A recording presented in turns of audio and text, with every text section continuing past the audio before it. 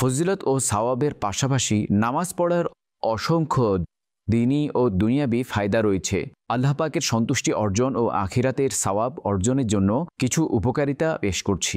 নামাজের একটি ফায়দা হচ্ছে এই, নামাজ অশ্লীলতা ও অপকর্ম থেকে বিরত রাখে। যেমনটি পারা 21 সূরা আনকাবুতের 45 নম্বর আয়াতে আল্লাহ পাক ইরশাদ করেন, ইন্নাস সালাতা তানহা আনিল ফাহশাই ওয়াল মুনকার, নিশ্চয়ই নামাজ অশ্লীলতা ও অপকর্ম থেকে বিরত রাখে। এই আয়াতে মুবারকার প্রেক্ষিতে তাফসিরে সিরাতুল জিনানে রয়েছে, নামাজ অশ্লীলতা ও অপকর্ম থেকে বিরত রাখে। কাজে যে ব্যক্তি নামাজের পাবন্দি করে এবং তা যথা নিয়মে আদায় করে, তখন এর ফলাফল এই দাঁড়ায় যে কোনো না কোনো দিন সে এসব কর্মসমূহ ত্যাগ করে দেয় যার মধ্যে সে লিপ্ত ছিল। এখানে এ সম্পর্কিত দুটি রিওয়ায়াত শুনে নিন। হযরত আনাস রাদিয়াল্লাহু তাআলা আনহু থেকে বর্ণিত, এক আনসারী যুবক খাতামুন নবিয়্যিন সাল্লাল্লাহু আলাইহি ওয়াসাল্লামের সাথে নামাজ আদায় করত এবং সে অনেকগুলো কবিরা গুনাহ সংগঠিত করত।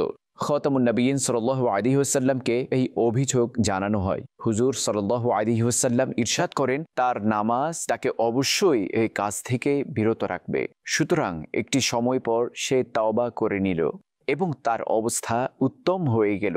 হযরত আবু হুরায়রা রাদিয়াল্লাহু তাআলা আনহু ইরশাদ করেন, এক ব্যক্তি খাতামুন নবিয়্যিন সাল্লাল্লাহু আলাইহি ওয়াসাল্লামের দরবারে হাজির হয়ে আরজ করল, অমুক ব্যক্তি রাতে নামাজ পড়ে আর যখন সকাল হয় তখন চুরি করে।